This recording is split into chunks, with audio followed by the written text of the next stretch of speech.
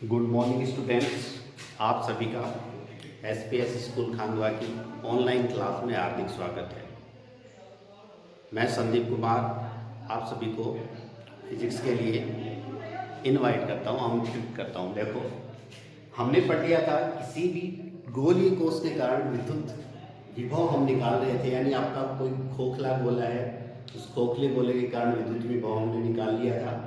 उसके बाद हम पढ़ रहे थे किसी ठोस गोले के कारण, यानी गोलीय कोष के कारण विद्युत क्षेत्र की तीव्रता। देखो, गोलीय कोष के कारण विद्युत क्षेत्र की तीव्रता जहां तक हमने पढ़ लिया था, इंटीग्रेशन किया था, दो पार्ट किए थे, क्योंकि अनंत से लेके कैपिटल आर तक लेके आते हैं, कैपिटल आर से अंदर स्मॉल आर तक लेके आते हैं। तो हमने दो इंटीग्रेशन किए थे। उन इंटीग्रेशन के बाद अपने पास देखो v इन इक्वल टू आ जाएगा 1/4 पाई एप्सिलॉन नॉट q बटे r minus 1/4 pi epsilon not q बटे कैपिटल R की क्यूब इनटू में r स्क्वायर बटे 2, लिमिट रखने के बाद माइनस कैपिटल R स्क्वायर बटे 2। अब देखो v इन इक्वल टू आ जाएगा 1/4 पाई एप्सिलॉन नॉट q बटे कैपिटल R माइनस q बटे 4 पाई एप्सिलॉन नॉट इनटू में capital R square, sorry small r square बटे 2 कैपिटल R की क्यूब। यानी ये ब्रैकेट हटा लिया तो ये माइनस इसके साथ मल्टी हुआ तो माइनस आ गया, ये माइनस माइनस आपस में मल्टी है तो प्लस आ गया। तो प्लस का आ जाएगा 1/4 पाई एप्सिलॉन नॉट इनटू में q बटे 2r। अब देखो यहाँ पे 1/4 पाई एप्सिलॉन नॉट और q जो है वो कॉमन है तो हमने इसको कॉमन ले लिया तो आ जाएगा 1/r माइनस r स्क्वायर बटे 2r की क्यूब प्लस 1/2r। अब देखो इसमें से 1/2r और 1/r इन दोनों का जब एलसीएम लेके सोल्व किया तो ये आ गया 3/r। क्या आ गया? 3/2r और प्लस में आ जाएगा r स्क्वायर बटे 2r की क्यूब। अब आवेशित अचालक गोले के केंद्र पर स्मॉल r क्या होगा भाई? 0। तो v केंद्र इक्वल टू आ जाएगा 3/2 का मतलब 1.4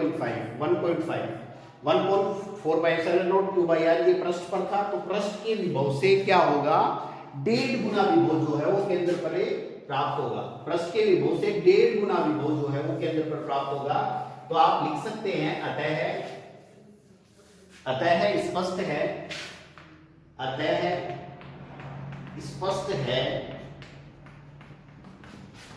कि केंद्र पर विभव का मान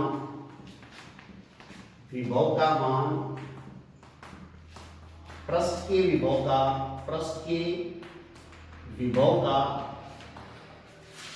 1.5 गुना 1.5 गुना होता है।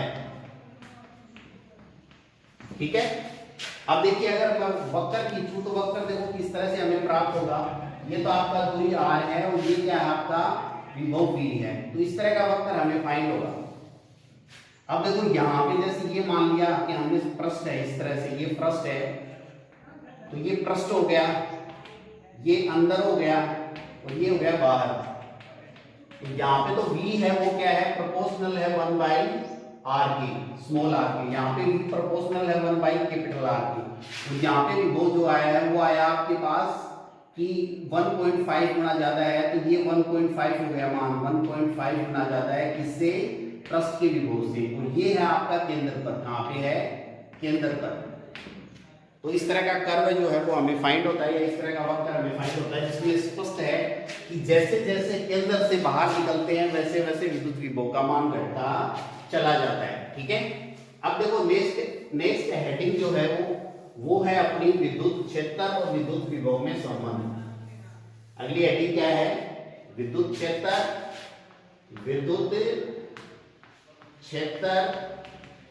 तथा विद्युत विभव में संबंध। देखो क्या संबंध होता है विद्युत क्षेत्र में और विद्युत विभव में।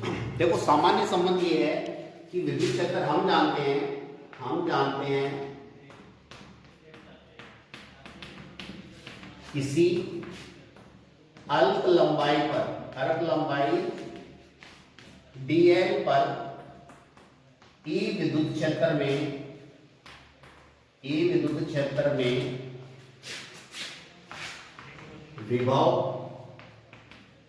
निम्नानुसार परिभाषित होता है। अब कैसे परिभाषित होता है वो देखिए। जैसे एग्जाम्पल के तौर पर आपने मान लिया कि dV है आपके पास, विभव क्या है? dV। तो dv इक्वल टू क्या आ जाएगा, e का वेक्टर डॉट dl का वेक्टर। अब देखो दोनों का डॉट कर रहे हैं, e सदिश राशि है, dl सदिश राशि है, दोनों का डॉट प्रोडक्ट किया गया है, तो इसका मतलब जो dv आपको फाइंड होगा वो अदिश राशि होगी। अब इस डॉट को हटाएं, यदि e वेक्टर तथा dl वेक्टर के मध्य थीटा कोण बने, थीटा कोण बने, तब dv इक्वल टू आ जाएगा e dl cos थीटा। अब देखो dl का भाग दे दे तो dv बटे dl इक्वल टू आ जाएगा e cos थीटा। ये इंपॉर्टेंट रिजल्ट है। अब देखो यहाँ पे थीटा की वैल्यू क्या हो जिसके लिए ये मैक्सिमम हो, तो हम थीटा एक बार जीरो लेके देखते हैं। तो जब थीटा जीरो लेंगे तो थीटा जीरो होने पर dv बटे dl की वैल्यू क्या होगी, मैक्सिमम। तो हम लिख सकते हैं अतः dv बटे dl मैक्सिमम के मान को विभव प्रवणता कहते हैं, के मान को विभव प्रवणता कहते हैं। अतः विभव प्रवणता ज्ञात करने के लिए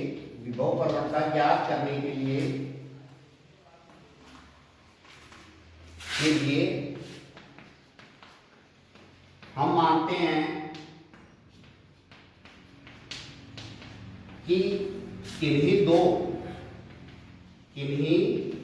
दो बिंदुओं का विभव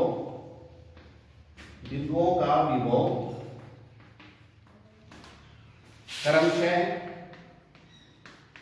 VA तथा VB है। अब देखो दो बिंदुओं का विभव VA और VB है, तो हम किस तरह से इसको ज्ञात करेंगे।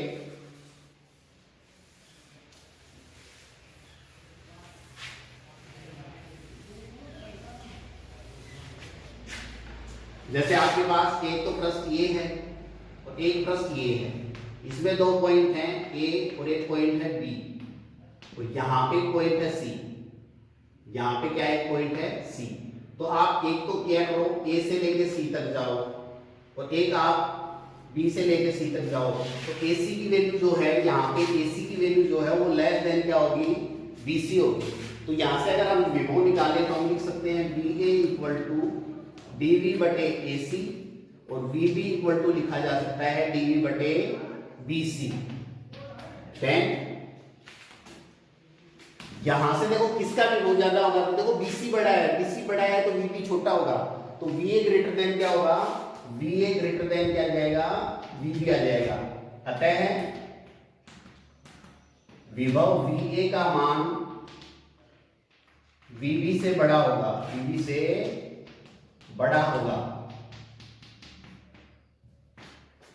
अब देखिए dv बटे dl मैक्सिमम जो है इसको हम लिखते हैं ग्रेड V। इसको क्या लिखा जाता है, ग्रेड V लिखा जाता है। अब ग्रेड V जो होता है उसको किस तरह से डिनोट करते हैं, तो ग्रेड V जो है उसमें E और E के जो पद हैं उनको लिखा जाता है। तो E के पद अगर हम लिखना चाहें तो ग्रेड V को किस तरह से लिखा जा सकता है, अतः ग्रेड V इक्वल टू क्या जाएगा, तो ग्रेड V इक्वल टू आ जाएगा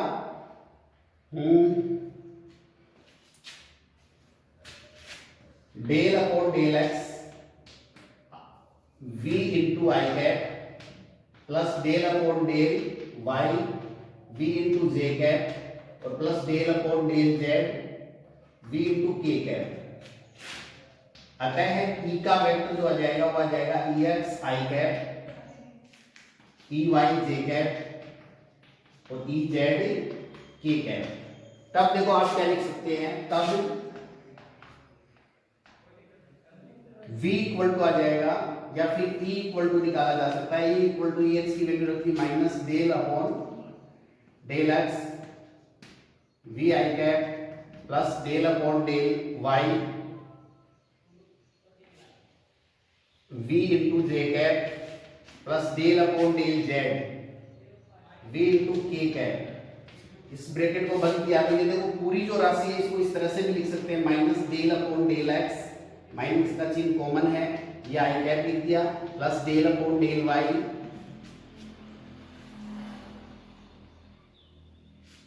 plus del upon del y j cap लिख दिया और plus del upon del z k cap लिख दिया और v रख दिया बाहर। अब ये जो राशि है इसको डेल संकारक बोलते हैं, तो E इक्वल टू लिख सकते हो आप, E equal to minus del संकारक इनटू में v, जहां पे डेल संकारक जो है डेल्टा संकारक बोलते हैं इसको। डेल्टा संकारक की वैल्यू जो है वो क्या आएगी, डेल्टा संकारक की वैल्यू देखिए क्या आती है, अतः यहां डेल्टा संकारक जो होगा यानी डेल संकारक जो होगा उसकी वैल्यू आएगी del upon del x i cap, del upon del y j cap और del upon del z k cap. ठीक है, तो इस तरह से आप ई की वैल्यू निकाल सकते हो। यदि आपके पास, यदि हमें आर त्रिज्या के किसी गोले का विभव ज्ञात करना है, विभव ज्ञात करना है, तब E इक्वल टू आ जाएगा dv बटे dr माइनस dv बटे dr। तो इस तरह से आपका विद्युत क्षेत्र और विद्युत विभव में एक संबंध प्राप्त हो गया। हमें विद्युत क्षेत्र इक्वल टू होता है डेल संकारक इनटू में v। यहां इसको क्या बोलते हैं भाई, इसको बोलते हैं डेल्टा या डेल संकारक। क्या होगा ये, डेल्टा या डेल संकारक होगा। ठीक है, अब इससे नेक्स्ट हेडिंग देखिए स्थितिज ऊर्जा। इससे अगली हेडिंग क्या है, स्थितिज ऊर्जा। अब स्थितिज ऊर्जा क्या होती है देखिए जरा, समझिए अच्छी तरह से। हमें पता है कि स्थितिज ऊर्जा जो है वो क्या होती है, किसी आवेश को अनंत से विद्युत क्षेत्र में किसी बिंदु तक स्थापित करने में किया गया कार्य क्या कहलाता है, स्थितिज ऊर्जा। देखो बच्चों, स्थितिज ऊर्जा, गतिज ऊर्जा, कार्य, ये तीनों राशियां एक ही होती हैं, लेकिन इनके अलग अलग मान हमें प्राप्त होते हैं। क्योंकि जब स्थितिज ऊर्जा होती है तो वस्तु स्थिर रहती है, जब चलने लग जाती है तो गतिज हो जाती है, और उसको चलाने में जो काम करना पड़ता है वो कार्य कहलाता है। तो इसी तरह से हम इसको अलग अलग प्रकार से परिभाषित कर सकते हैं, लेकिन यहाँ पे हम आवेश की स्थितिज ऊर्जा करते हैं। आवेश की स्थितिज ऊर्जा, आवेश की स्थितिज ऊर्जा क्या है, देखो ध्यान से। देखो स्थितिज ऊर्जा जो होती है वो किसी वस्तु को, किसी आवेश को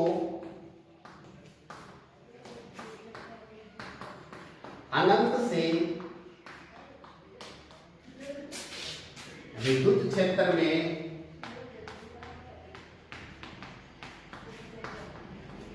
स्थित किसी वस्तु तक, विद्युत किसी आवेश को अनंत में स्थित किसी निश्चित बिंदु तक, किसी निश्चित बिंदु तक लाकर स्थापित करने में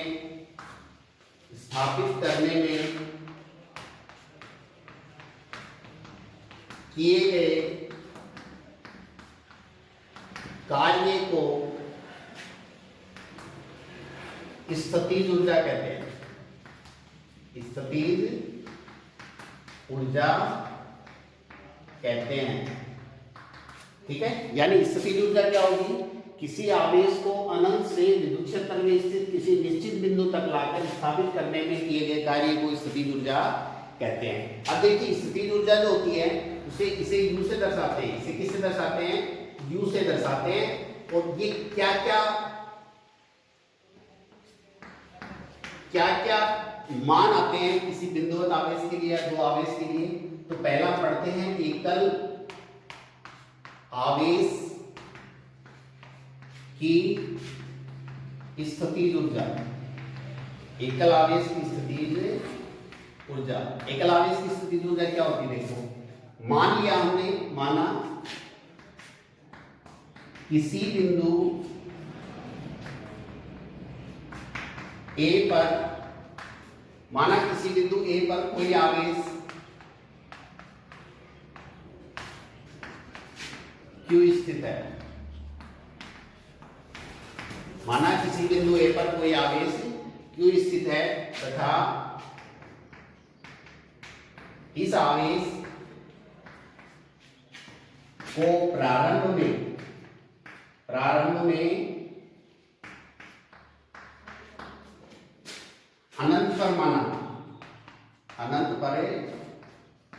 माना गया है। तब प्रारंभिक इस आवेश को कहां पे माना गया है भाई? अनंत पर माना गया है। तब इसे अभीष्ट बिंदु या इसे ए बिंदु तक लाने में किया गया कार्य, तो किया गया कार्य क्या होगा? किया गया कार्य बराबर होता है आवेश गुणा विभव। किया गया कार्य W1 इक्वल टू हो जाएगा आवेश और गुणा में ए बिंदु पर विभव। तो देखो आवेश को मान लिया कि हमने क्यों लिया है, आवेश क्या है मान लिया, क्यों लिया है या Q1 लिया है। आवेश Q1 स्थित है तो Q1 ले लिया। अब Q1 आवेश को ए बिंदु पर लाएंगे तो ए बिंदु पर आवेश था, हमने मान लिया ए को अनंत पे है, तो ए बिंदु का आवेश अनंत पर होगा तो ए पर तो कोई आवेश होगा नहीं, और जब ए पर कोई आवेश नहीं होगा तो इसका मतलब ये है कि यहाँ पे विभव का मान भी 0 होगा। तो ए बिंदु पर विभव 0 है तो किया गया कार्य क्या आएगा? 0। यानी एकल आवेश को किसी बिंदु तक स्थापित करने में किया गया कार्य 0 होता है। तो परिभाषा से लिखा जा सकता है, परिभाषा से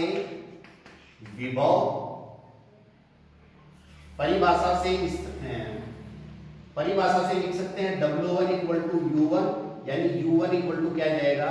0। तो हम कह सकते हैं कि एकल आवेश की स्थितिज ऊर्जा जो होती है वो हमेशा कितनी होती है भाई? एकल आवेश की स्थितिज ऊर्जा का मान 0 होता है।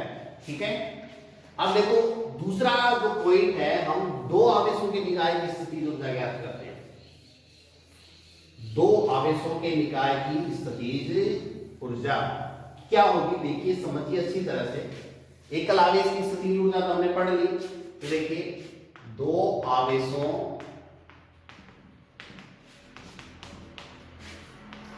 के निकाय की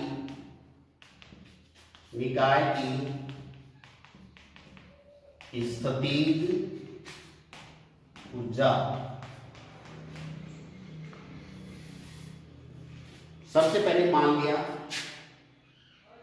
ए बिंदु पर Q1 और बी बिंदु पर Q2 आवेश है, और दोनों के बीच की दूरी जो है वो है R, यानी R दूरी पर A और B दो बिंदु हैं, और उन दोनों बिंदुओं पर आवेश जो है वो क्रमशः क्या रखे गए हैं? Q1 और Q2। माना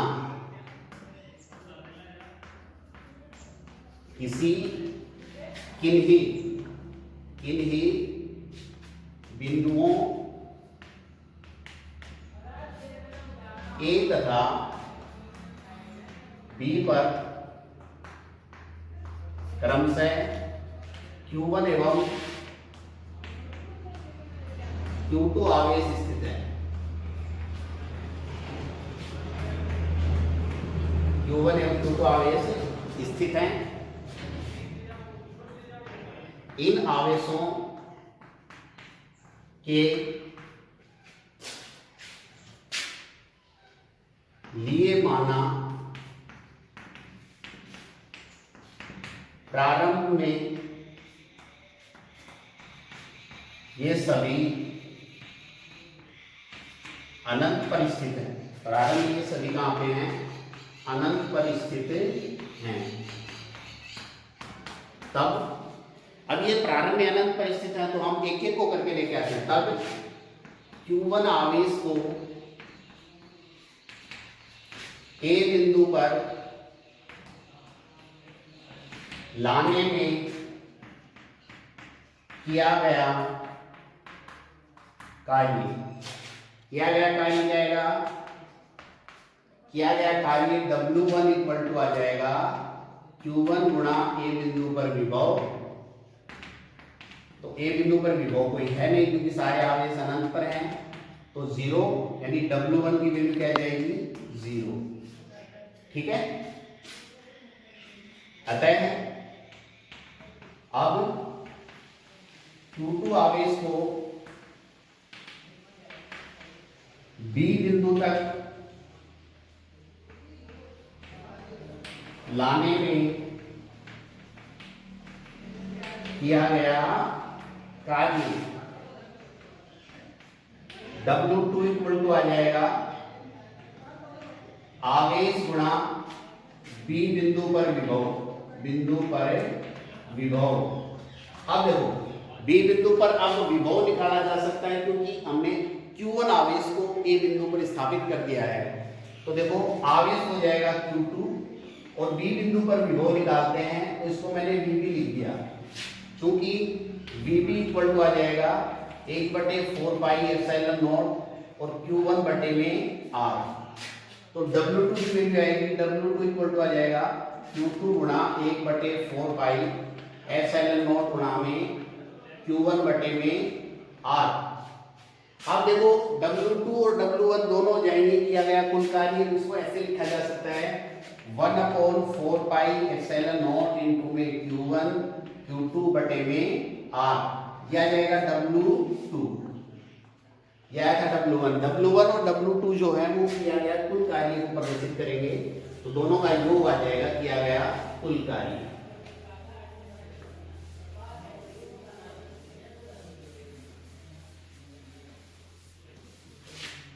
अतः आवेश स्थापित करने में, आवेश स्थापित करने में